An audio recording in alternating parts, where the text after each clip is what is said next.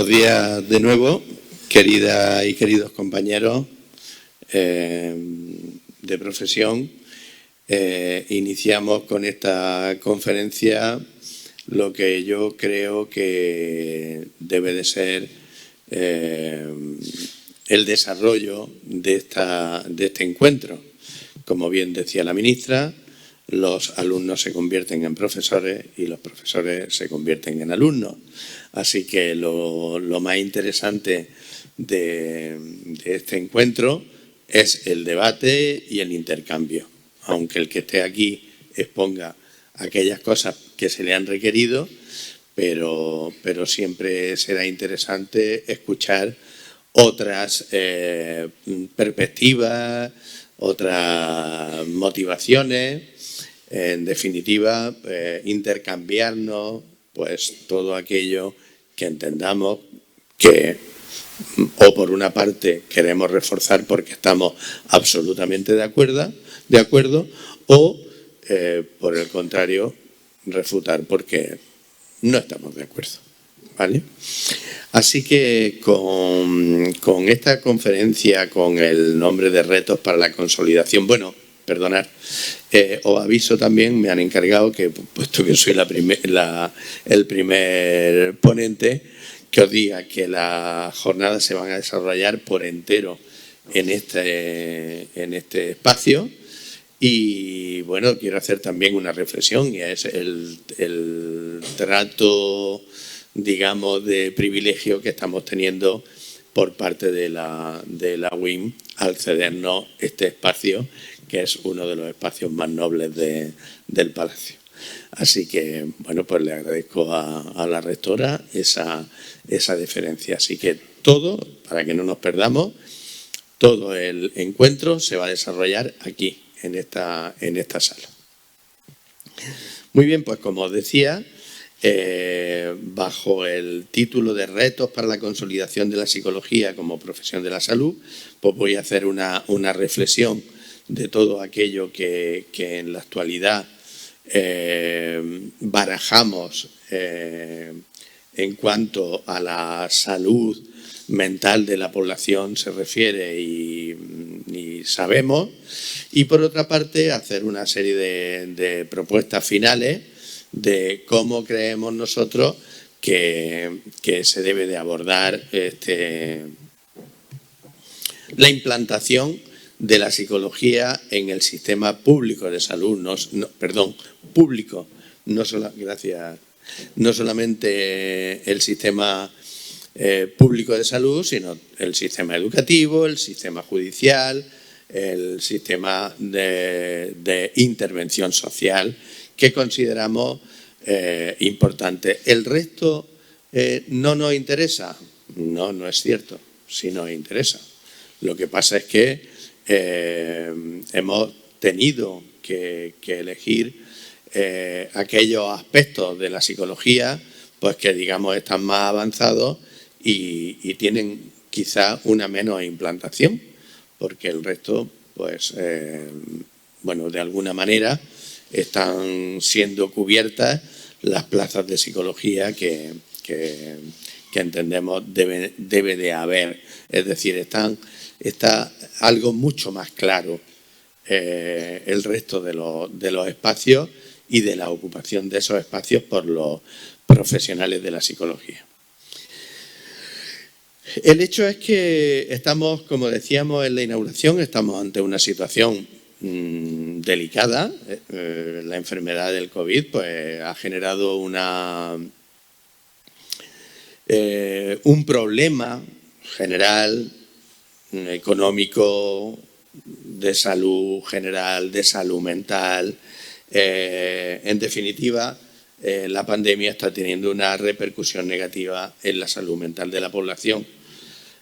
Por todo lo que ya sabemos, ¿no? Los confinamientos han sido un aspecto controvertido, los contagios, el miedo a los contagios, las hospitalizaciones, los fallecimientos, con lo que ha conllevado a la población que ha sufrido algún fallecimiento, pues el no poder despedir a sus familiares con dignidad y como en definitiva estamos acostumbrados a hacer, y que, bueno, sabemos que ese ritual de alguna manera pues nos descarga a todos de muchos sentimientos que podrían en un momento dado pues hacerse problemáticos, psicopatológicos. Las pérdidas económicas, por supuesto, han sido y están siendo un problema muy serio que repercute en la salud y en la salud mental de la población, y las pérdidas de empleo, por supuesto, el que se enfrentan las personas que se están enfrentando a este problema, pues también están pasando por unos momentos que los hacen vulnerables psicológicamente. Y sabemos que lo hacen vulnerables psicológicamente, y nosotros precisamente, los profesionales de la psicología, que sabemos que es una ficha doble, es decir, la salud mental influye en el sistema inmunitario de las personas, y el sistema inmunitario lógicamente nos desprotege hacia ciertos agentes patógenos que provocan enfermedad. Esto lo tenemos clarísimo. Bien, pues la realidad es que según las investigaciones científicas, los tratamientos de primera elección para estos trastornos psicológicos que se están produciendo en el sistema nacional de salud, apenas lo facilita el sistema, porque en España la ratio de profesionales de la psicología es una ratio muy baja, y sobre todo es muy baja en términos absolutos, pero sobre todo si lo comparamos con nuestros países vecinos, pues salimos muy mal parados, ¿no? Ya sabemos que estamos aproximadamente 5 psicólogos, psicólogas para cada 100.000 habitantes, mientras que la media europea es de un 20,5, ¿de acuerdo? Ahora después abundaremos un poquito más en los datos, aunque no quisiera abusar tampoco mucho de vosotros en ese sentido. Bien, ¿y qué pasa con esto? Pues que, lógicamente, nosotros, la administración, la legislación española garantiza y reconoce el derecho a la salud y a la salud mental, ¿de acuerdo? O sea que ese derecho la administración española está totalmente descuidándolo. ¿Y qué pasa? ¿Cómo aborda el problema con esa insuficiente número de profesionales de la psicología en el sistema de salud? Pues lo aborda de la forma más inmediata y sencilla: los psicofármacos, ¿de acuerdo? Siendo España un país número 1 como consumidor de psicofármacos en el mundo. Ya sabéis que los psicofármacos, por otra parte, pues crean adicción, aumentan las depresiones, las alteraciones del sueño, incrementan los suicidios, que ese es otro aspecto controvertido de todo este mare magnum de dejación de servicios por parte de la administración. Pues resulta que está agravándose con el índice de suicidio en España. ¿Es verdad que está aumentando en todo el mundo? Pues sí, efectivamente, pero en España las cifras son desorbitantes. Esto lleva también, aunque a nosotros nos compete menos como ciudadanos según se vea, es decir, nosotros pagamos nuestros impuestos. Y de nuestros impuestos, 23.000 millones de euros van precisamente para este gasto tan ineficaz, como innecesario, como iatrogénico, ¿no? Y representa el 2,2% del PIB anual. Afrontar, por tanto, estos trastornos con eficacia no solo es imprescindible para atender el derecho a la salud, mejorar el bienestar de la población, evitar, por supuesto, y es un aspecto que tenemos muy presente, el sufrimiento, y obviamente reduciremos o debemos de disminuir el número de suicidios que se producen en nuestro país. Además, esto también tiene otras implicaciones, que son las bajas laborales, por una parte, con los costes asociados y la bajada de la productividad laboral, con lo cual nuestra economía se resiente y que debe de ser, por cierto, uno de nuestros objetivos como sociedad, mejorar este aspecto. ¿Ha habido reacciones? Sí, no podemos negar que no ha habido reacciones. Ha habido reacciones por parte del Senado, por parte del Defensor del Pueblo, por parte del Congreso, pero no hay unas medidas, digamos, efectivas desde nuestro punto de vista que sean suficientes. ¿De acuerdo? En algo tan serio como es la protección de la salud mental de la población española, no podemos estar jugando a la improvisación. Los estados invierten en los profesionales, invierten un dinero importante para nuestra formación, con una función concreta, con unas competencias concretas, profesionales, me refiero.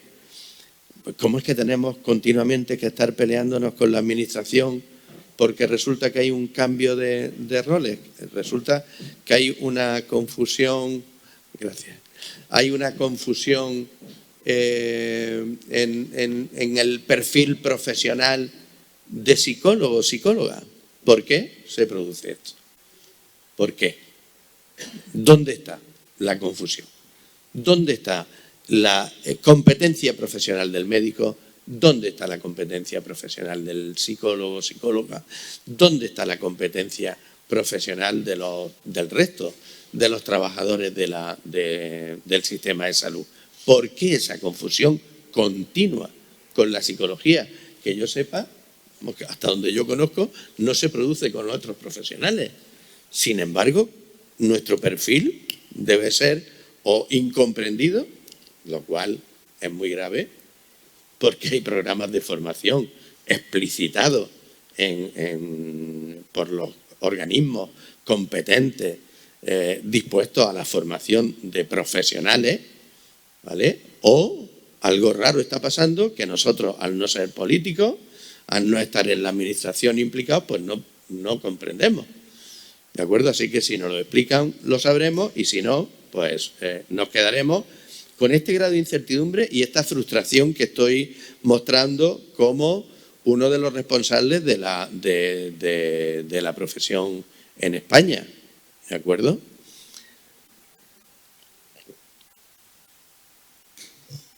Y bien, ¿cuál es la situación que tenemos en la actualidad en cuanto a la asistencia psicológica referido a la salud mental en España? ¿Vale? Bien, pues tenemos 10 millones de personas en España que presentan manifestaciones moderadas graves de ansiedad o depresión.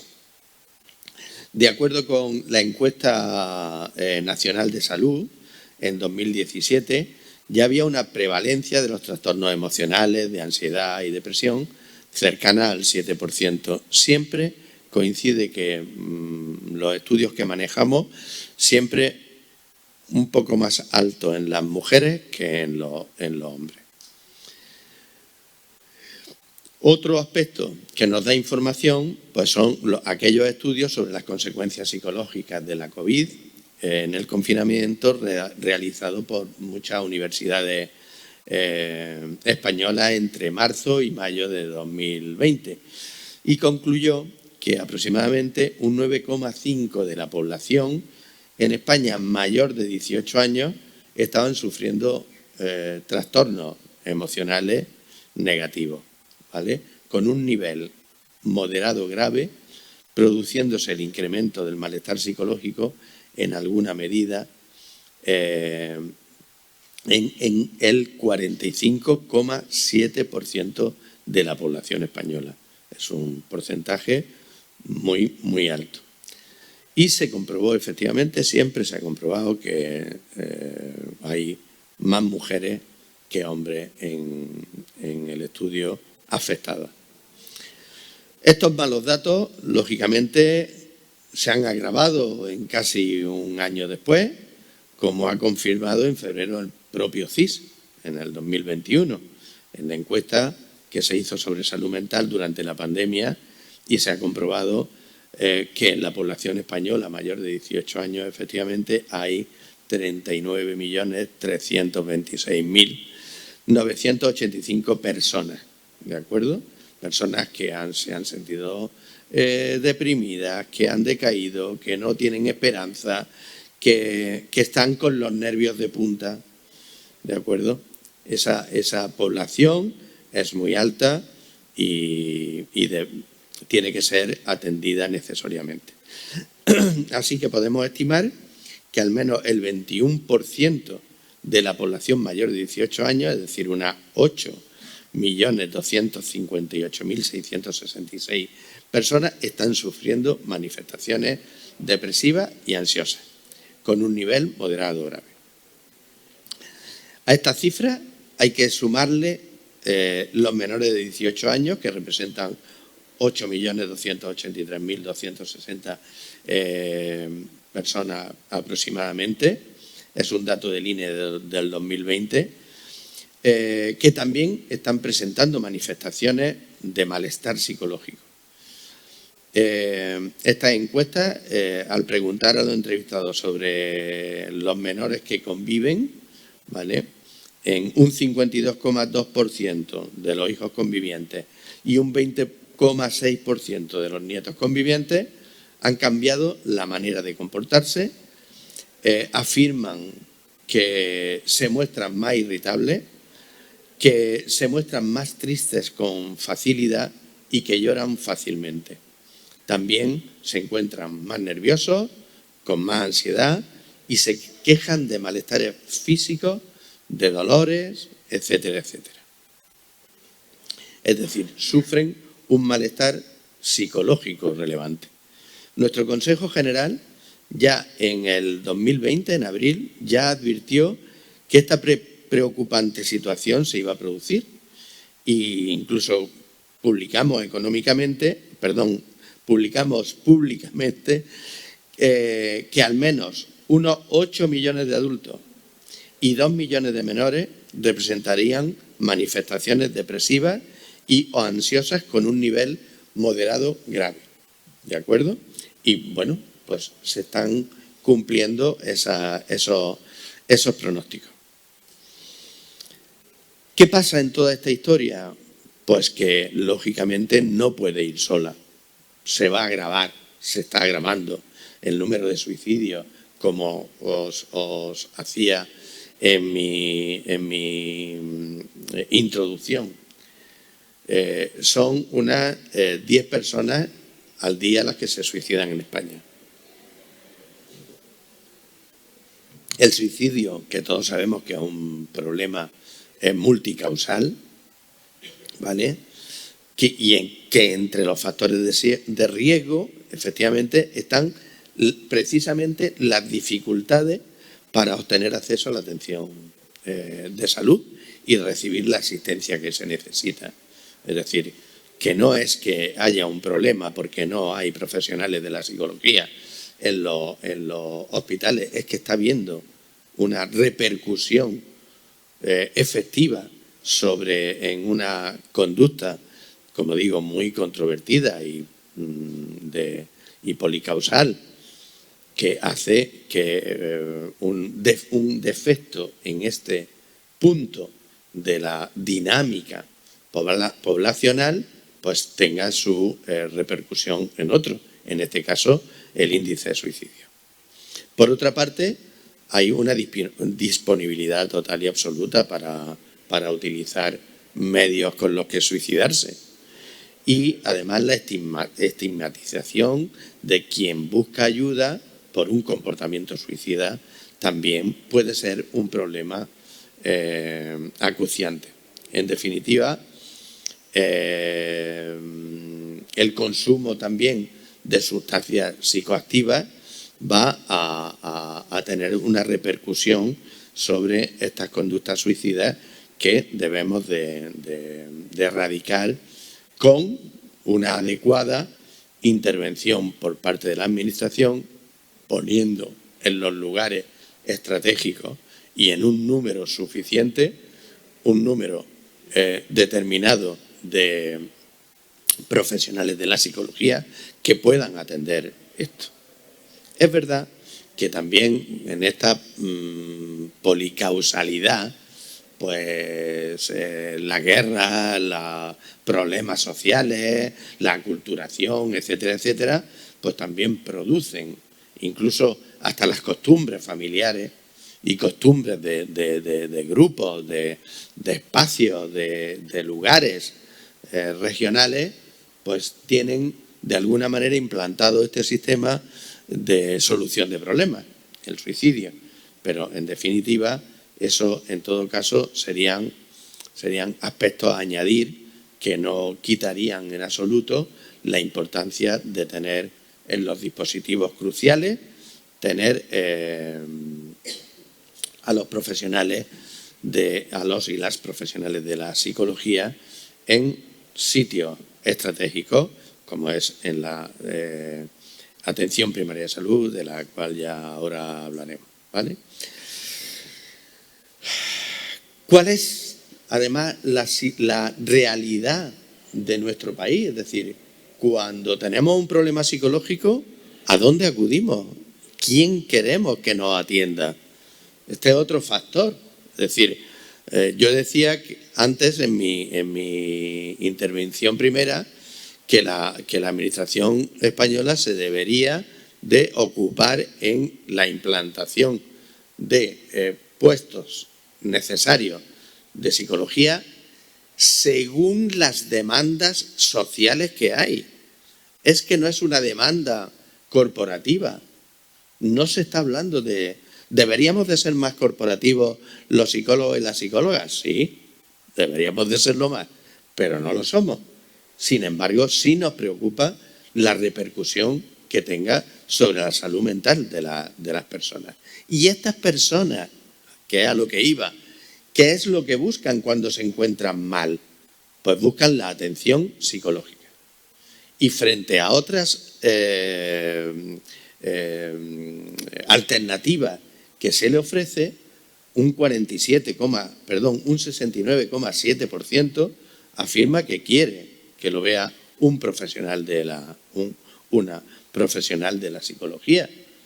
Por tanto, llegamos a la conclusión de que la Administración no está atendiendo a ese derecho fundamental de la ciudadanía de ser atendido por la Administración a la que acude, ¿vale? Conectado con esto, y lo anunciamos al principio, la ratio en España es vergonzosa. Es vergonzosa. Mientras que la media de profesionales europeos es 20,5 profesionales por cada 100.000 habitantes, España, bueno, Polonia, por ejemplo, tiene 16,8, o Gran Bretaña tiene 24,6, o Suecia es la más generosa, que tiene 58 por cada 100.000 habitantes. Es decir, ¿dónde está España? Pues debería ya de multiplicar por 4 el número de profesionales de la psicología en el sistema sanitario público para alcanzar esta ratio de la que estamos hablando. O sea que estamos muy lejos. Ahora entraremos en algún detalle y lo veremos.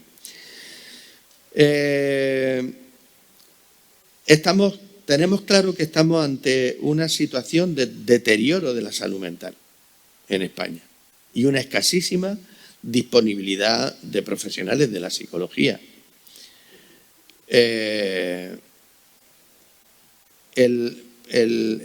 La persona usuaria y que necesita atención psicológica que entra por atención primaria, pues sufre o experimenta un desvío o bien al psicofármaco o bien a un rosario de experiencias de tratamiento que nada tienen que ver su problema, que tienen que ver con su problema, ¿de acuerdo? Por tanto, la atención primaria es un aspecto muy, muy destacable e interesante para detectar los primeros síntomas o signos de problema psicológico donde quedarían en nada, ¿de acuerdo? Sin embargo, ¿qué pasa? Pues que inundan el sistema público de salud, pasando por una cantidad de dispositivos y ocupando una cantidad de dispositivos de salud que lo que hacen es colapsar el sistema, y las personas que necesitan realmente un tratamiento físico, biológico, pues no lo tienen porque resulta que el sistema no lo atiende, ¿vale? ¿Dónde quiero ir con esto? Pues quiero ir a que cuando esto ocurre, la persona que sale del sistema público de salud, si ha entrado o si lo han dejado entrar, porque la cadencia de intervención o de atención del sistema público es dilatadísima, dura meses. ¿Qué hace? Pues que se va a la atención privada. Atención privada que en nuestro caso, en España, estimamos que existen 43.200 profesionales que tienen instalado un dispositivo privado de atención psicológica, que cobra entre 50 y 100 euros. Y aquí sacamos dos conclusiones. La primera, la salud mental en España está en manos privadas. Primera. Segunda, la salud mental está vedada a la población general con unos ingresos económicos bajos. Es decir, no pueden atender, no pueden acudir al psicólogo porque no tienen medios económicos. ¿Qué pasa? Algunas asociaciones pues, tienen sus dispositivos montados.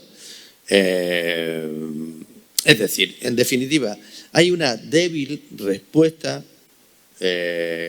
gratuita para las personas que tienen problemas económicos, y en España, a ver, las hay.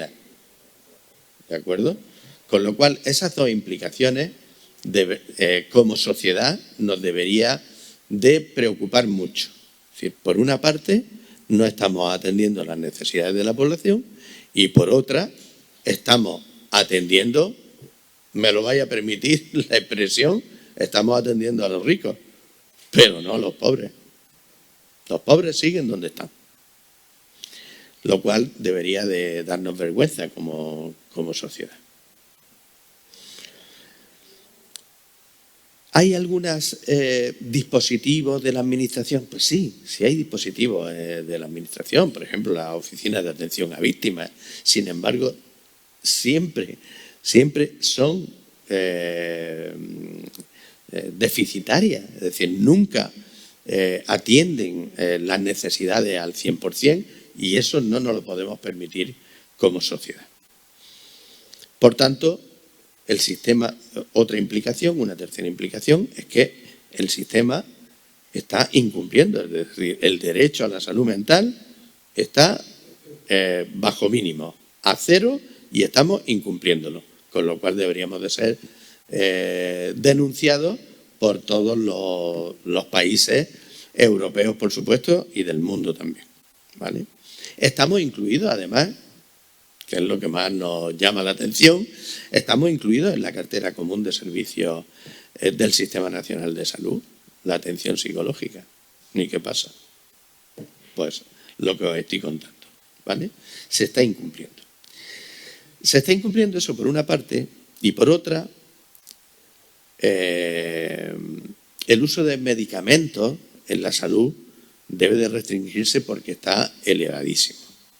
¿Qué pasa a los psicólogos cuando hablamos del uso de los medicamentos?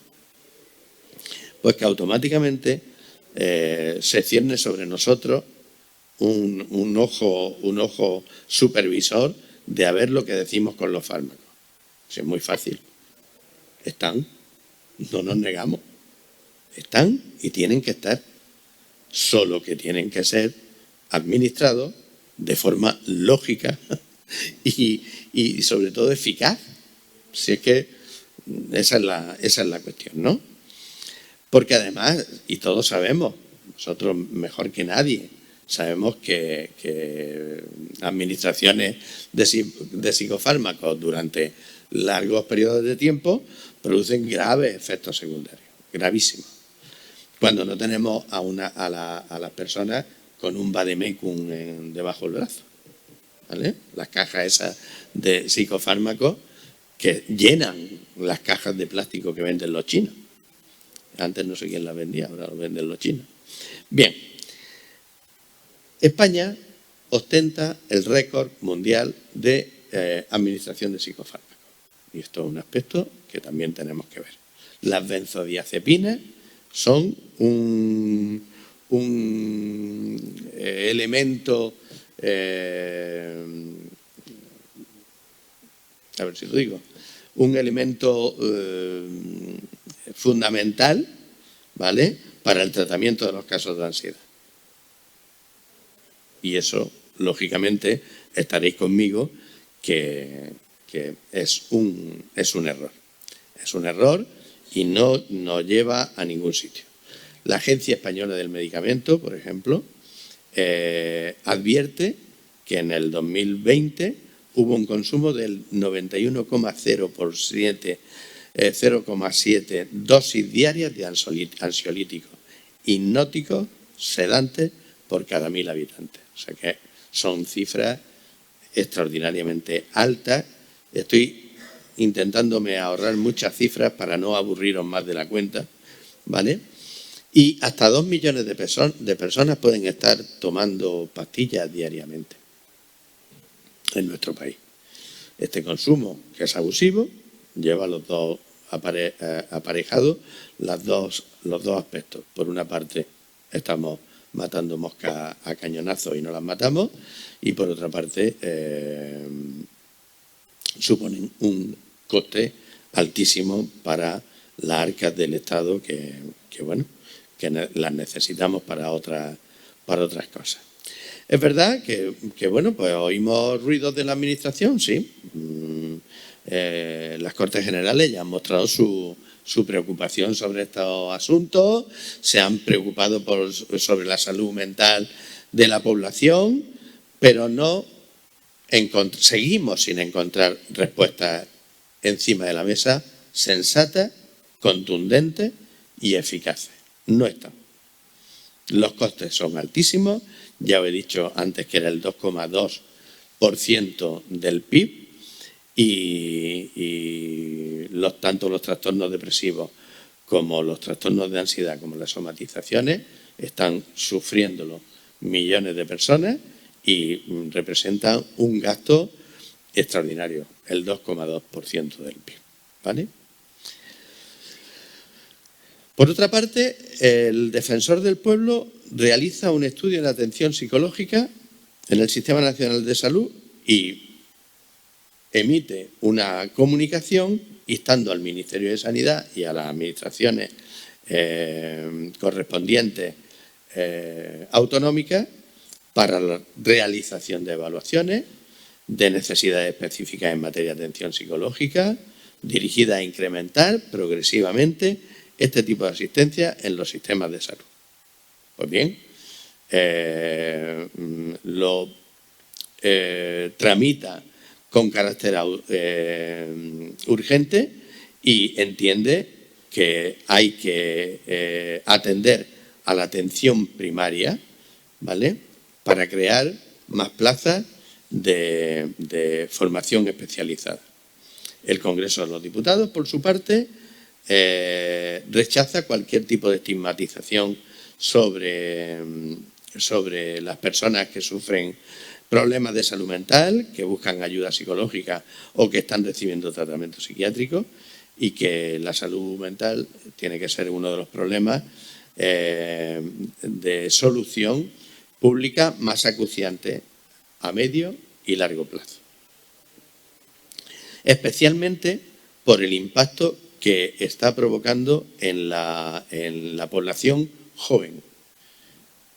Y por ello existe o hay la necesidad de debatir, apoyar, impulsar soluciones que den con la mejora de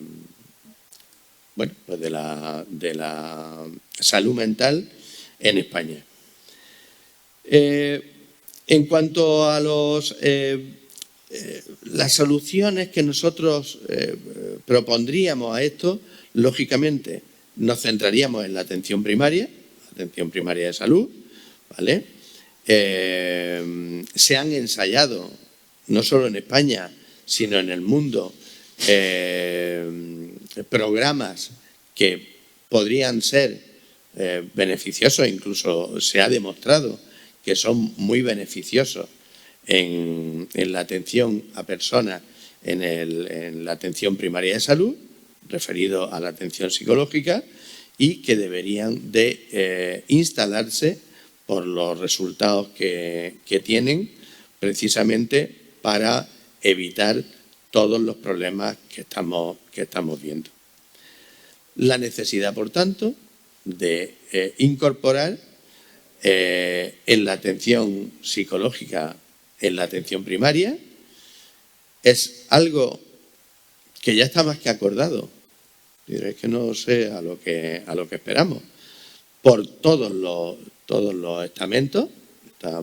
Hoy nos han anunciado que estamos incluidos en la Agenda 2030 de la salud mental, ¿vale? Que incluso estamos dentro del marco estratégico de la atención primaria y comunitaria. Estamos en la cartera de servicios de atención primaria, donde se insta en el apartado A44 a potenciar la figura del psicólogo y la psicóloga clínica, entre otros profesionales. Sin embargo, la ejecución del acuerdo pues no llega, ¿de acuerdo? ¿Se ha iniciado en algunas comunidades autónomas? Pues sí, por ejemplo en Madrid, en Asturias, en Cataluña y tímidamente en Andalucía recientemente. Es imprescindible, por tanto, reforzar los servicios especializados de salud mental con al menos un 50% más de psicólogos y psicólogas clínicas de los que disponemos ahora mismo, porque la respuesta es una respuesta muy, muy débil. ¿De acuerdo? Bien, necesitamos también, entendemos que una reestructuración, bueno, no sé si llamarle reestructuración o implantación adecuada de los servicios de atención psicológica en España pasa por la puesta en marcha de un programa nacional de prevención de conductas suicidas. Este programa tiene que incluir medidas efectivas en diversos ámbitos para garantizar la atención psicológica temprana, la dotación de recursos para el seguimiento de los casos de riesgo y la adecuada formación de los profesionales sanitarios y de los servicios sociales en la detección e intervención de conductas suicidas, estableciendo una buena coordinación entre los distintos dispositivos de los servicios públicos, con protocolos de actuación y dispositivos de atención especializada de disponibilidad inmediata. Se necesita también un aumento, por tanto, de los profesionales de la psicología en los servicios hospitalarios especialmente en neurología, oncología, cuidados paliativos, cuidados intensivos, servicios de emergencia y de salud pública. Las aplicaciones de la psicología en el ámbito de la salud son numerosas y de especial importancia en muchos casos para garantizar una adecuada atención a pacientes y a familiares. Y cada vez hay más psicólogas y psicólogos especializados en el campo de la neuropsicología, de la psicooncología, de los cuidados paliativos, de los cuidados intensivos, emergencias, promoción de la salud, prevención y otros. Y que están precisamente trabajando y desarrollándose en los hospitales.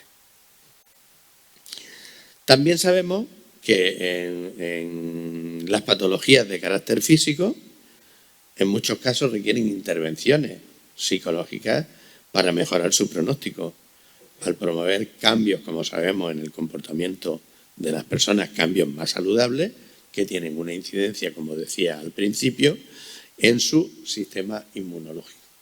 ¿De acuerdo? Con lo cual estamos más protegidos contra la enfermedad. Por supuesto, necesitamos un aumento de las plazas PIR, de los profesionales de la psicología, que tienen que estar contratados en el Sistema Nacional de Salud, ¿vale? Incrementar también y contratar más profesionales de la psicología, como son el caso de los psicólogos generales sanitarios, de tal manera que en el plazo de 3 años en general, con todas estas medidas, lleguemos a tocar, a rozar ese 20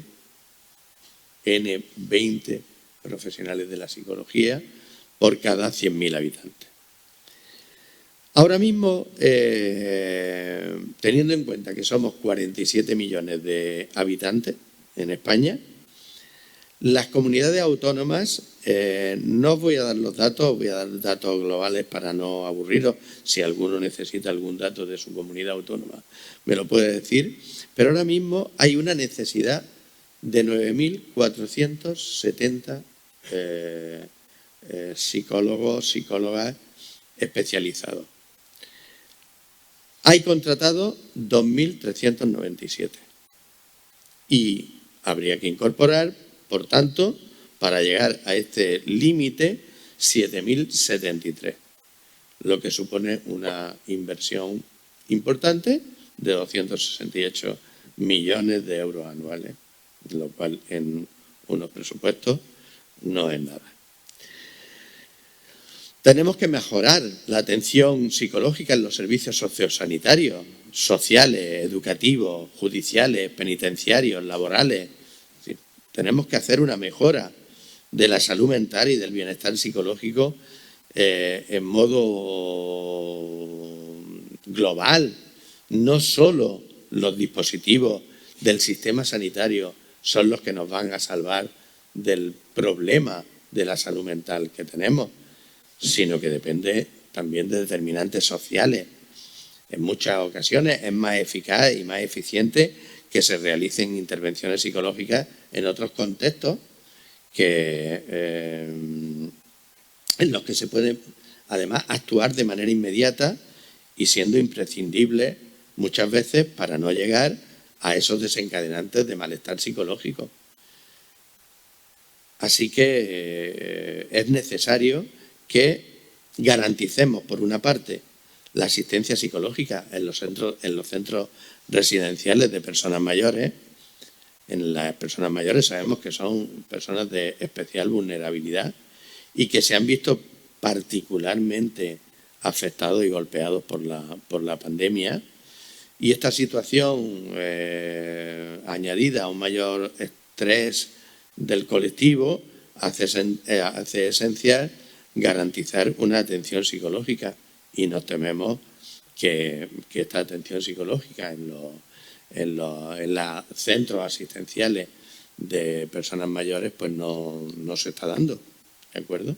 No es que tengamos la sospecha, es que lo sabemos necesariamente. Por tanto, la reforma del sistema asistencial es necesario en el caso de las personas mayores, reforzando los dispositivos de atención domiciliaria.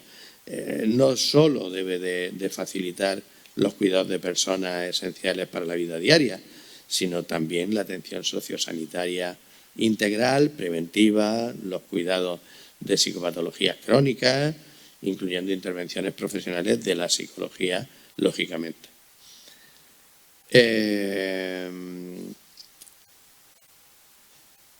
También tenemos que mejorar la asistencia psicológica en los servicios sociales, incluidos los dispositivos que atienden a los casos de violencia de género, agresiones sexuales, violencia contra la infancia y la adolescencia.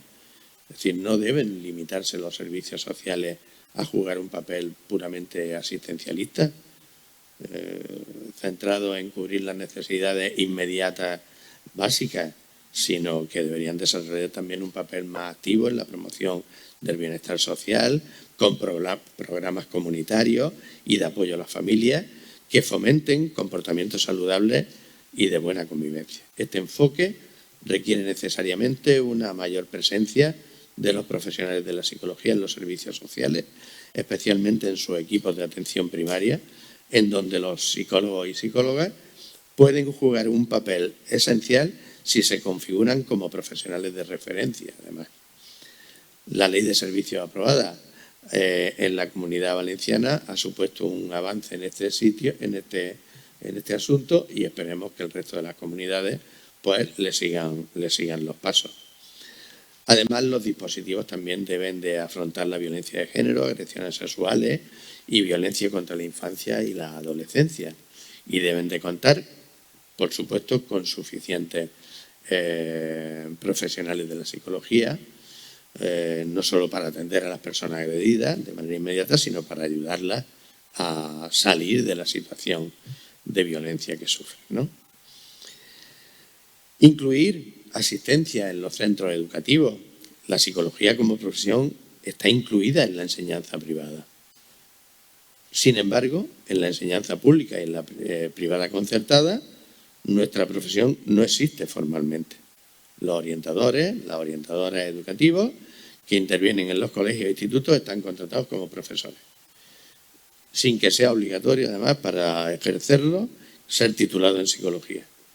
Por tanto, para abordar y prevenir mejor las problemáticas de comportamiento y salud mental de los menores, su detección precoz, cuidar su bienestar emocional, mejorar la convivencia y los aprendizajes en la línea de lo propuesto, muchas veces por otras comunidades autónomas, como es el caso del Consejo Escolar de Cataluña, que en un documento ¿todo bien? Vale.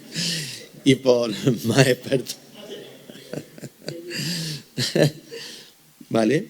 Los equipos de orientación deberían de ser reforzados con más profesionales de la psicología, con un perfil claro de intervención psicológica.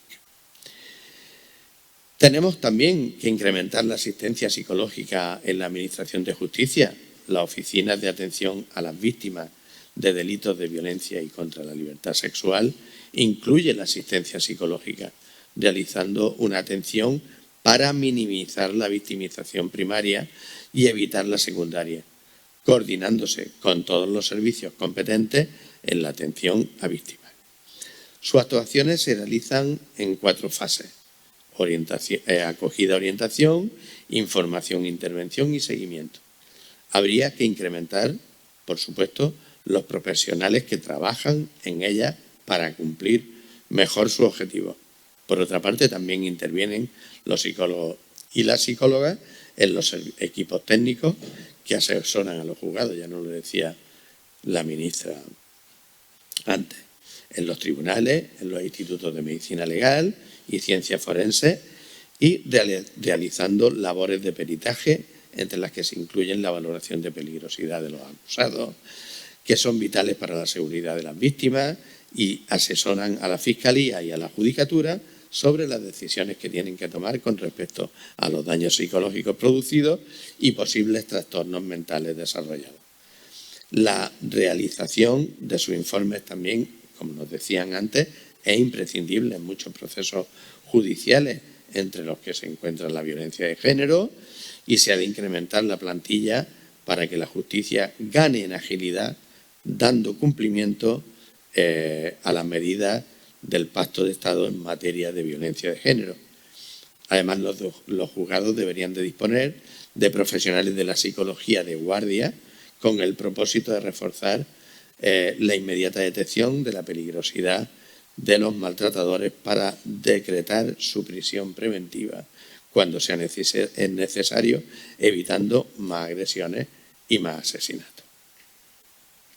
Por supuesto, tiene que haber una mejora en la atención psicológica penitenciaria.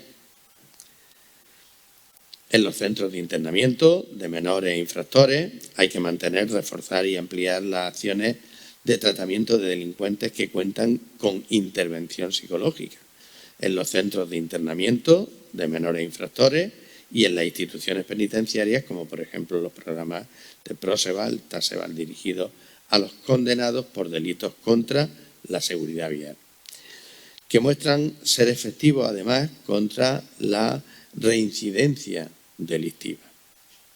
Mejorar, para finalizar, y así os doy esperanza, mejorar la prevención de los riesgos laborales, psicológicos y sociales. Los trabajos deben desarrollarse en condiciones saludables, no le estamos dedicando prácticamente nada a esto, garantizando mejor que no tengan una incidencia negativa sobre la salud mental. La Inspección de Trabajo debe realizar actuaciones para frenar mejor los riesgos psicosociales, ampliando y mejorando lo establecido en el reciente Criterio Técnico 104/2021. La normativa en este campo se ha de reforzar y las mutuas de accidentes de trabajo y de enfermedades profesionales deben de incorporar más profesionales de la psicología para desarrollar intervenciones con esa finalidad. Y con esto doy por concluida mi intervención, que enmarca el contenido de este encuentro en sus respectivas vertientes, esperando que haya servido un poco de resumen de lo que aquí se va a tratar en estos días y, por supuesto, agradeciendo vuestra atención y vuestra presencia en esta primera intervención. Muchísimas gracias.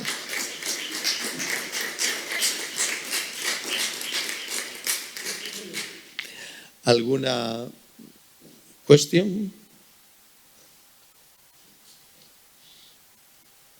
Don Jesús. Desde que tengo conocimiento de la psicología está en un momento crucial para poder avanzar. El proceso lleva pasando tiempo. Segundo, yo creo que la ha provocado la explosión de la necesidad social de la psicología. Y tercero, yo he oído a psicólogas de mucha estudia decir que uno de los problemas que tiene la psicología es que no tenemos políticos en la psicología. No tenemos políticos en los parlamentos que sean capaces de tomar los testigos para ayudarnos hasta la finalización de los proyectos. Bueno, yo lo veo de una manera muy gráfica, ¿no? Hemos estado tapando defectos y hemos tirado de la alfombra, y al tirar de la alfombra nos hemos encontrado, y sobre todo en esta crisis de la COVID, hemos encontrado los graves y los grandes defectos que tiene la sociedad española en lo que a la atención psicológica se refiere. Por otra parte, ese ha sido el resultado final de estos 30 años, de decir que estamos en el mejor momento para abordar, para que la psicología tenga la situación que merece la población, no que merece la psicología, sino que merece la población, el derecho a ser atendido psicológicamente, ¿vale? Y por otra parte, pues es cierto que muchas veces vemos que la ausencia total de los psicólogos y las psicólogas en el mundo de la política, pues lógicamente no nos facilita las cosas, aunque también recuerdo y tú has pasado por las mismas situaciones que yo. Recordamos insignes psicólogos en la administración que lo que han hecho ha sido amargarnos la existencia y ponérnoslo muchísimo peor, ¿vale?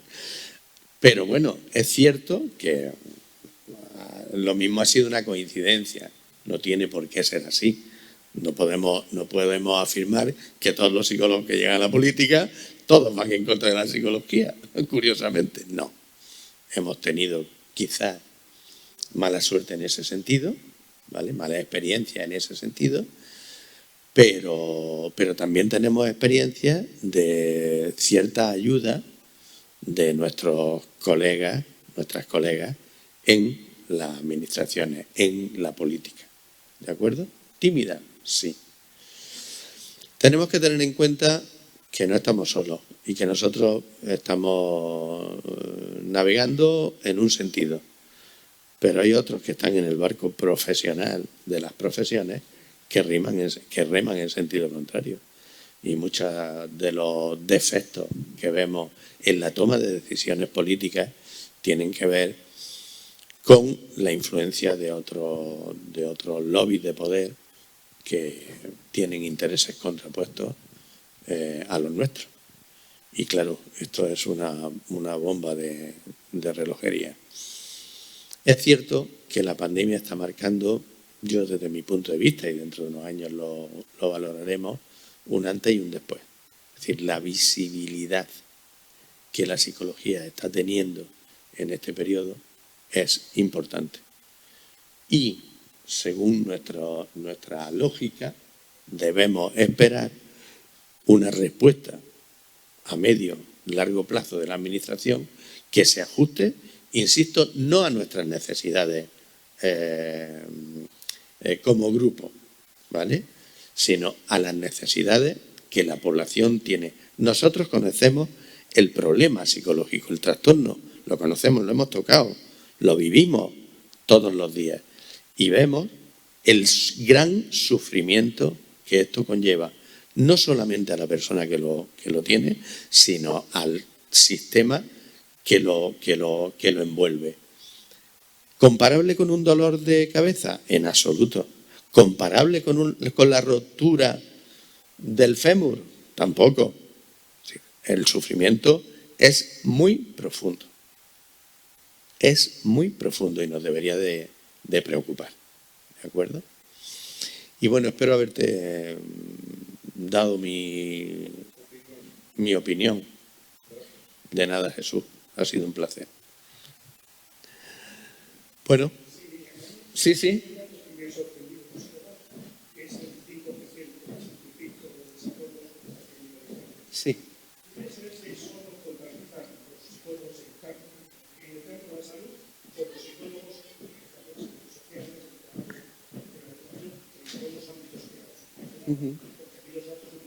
Sí. Estos datos están referidos al sistema de salud, ¿vale? Podríamos hacer una extrapolación y a lo mejor nos saldrían menos incluso. Teniendo en cuenta los 47 millones de personas que estamos aquí, pues probablemente esa cifra que está referida efectivamente al campo de la salud, claro, nos saldría un 0, y pico seguramente, ¿no? ¿Nos parece? Los matemáticos.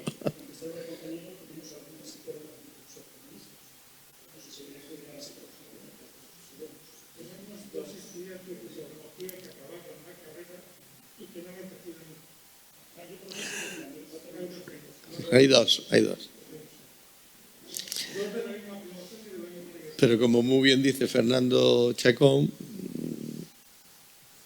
no ejercieron nunca desigualdad. Así que la identificación con la profesión seguramente no se traducirá en actos importantes y proactivos hacia la psicología. Bueno, pues si no hay más nada que tratar, os agradezco. A ver.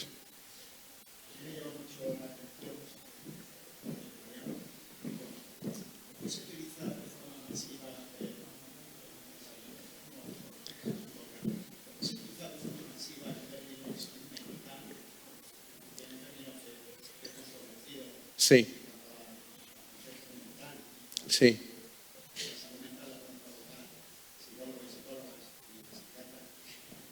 Sí, sí. Sí. Estoy totalmente de acuerdo contigo. Ya sé lo que vas a decir. Atención psicológica.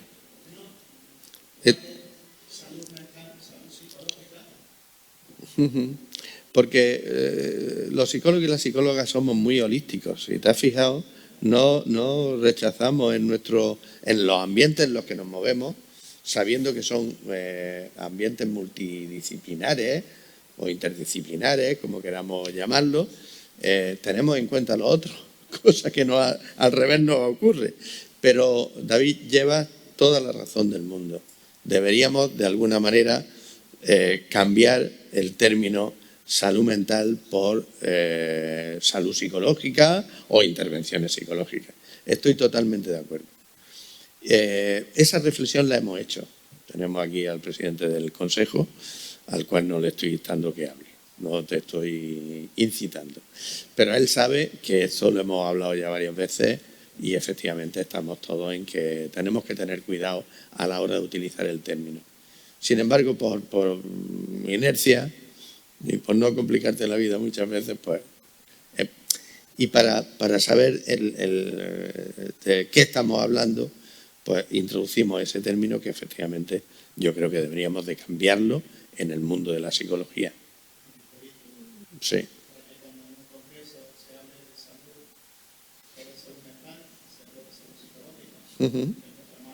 Sí, lleva razón.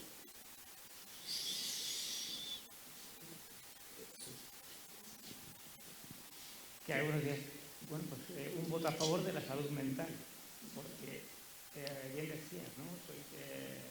Tenéis una visión holística, integral, yo también la tengo. Yo creo que el término de salud mental incluye la psicología, incluye a los médicos de familia, que también dan una atención para la salud mental, incluye a los psiquiatras, nos incluye a todos los que hacen trabajadores sociales, ¿no? Pues, yo creo que salud mental es un término que yo defiendo. Estamos ahora desarrollando el plan de salud mental en Cantabria, lo estamos poniendo ahora en marcha. A mí me gustaría que se sustituyeran algunos términos, por ejemplo, el término servicio de psiquiatría por el término servicio de salud mental, y vamos a pelear por ello. Pero todo. Yo defendería todo, sí, yo creo que sí. Eso se moverá la justicia. Pero moverse hacia el extremo contrario yo creo que puede tener efectos contraproducentes. Mi voto para salud mental. Bueno, pues está muy bien. Eso es una cosa que nos distingue a los psicólogos y a las psicólogas. La diversidad de opiniones y además respetada y muy bien. Y ojalá convivientes, ¿por qué no? Bueno, pues yo agradezco vuestra atención y espero de verdad que esta jornada o esta jornada, ¿no?, de encuentro mejor, ¿no?, encuentro de la psicología española, pues realmente dé sus frutos personales, sus frutos institucionales y sus frutos de grupo. Así que muchísimas gracias por vuestra atención y hasta la próxima. Sí.